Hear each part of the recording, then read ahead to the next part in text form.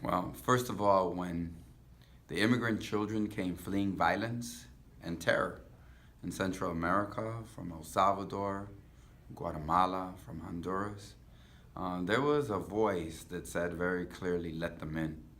Um, Bob understood, given his own parents fleeing oppression, what it's like to find a new land in which you can find refuge.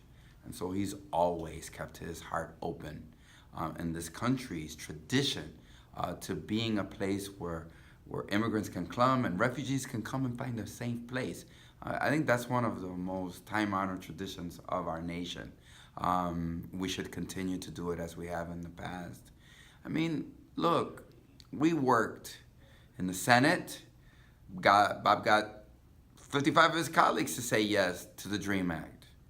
We passed it by 15, 16 votes in the House of Representatives. That wasn't enough, right?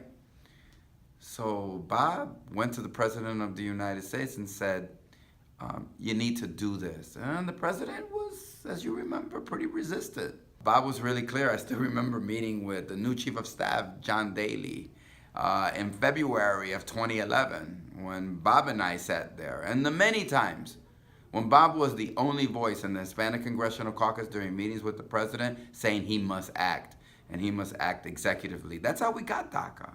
So he was there.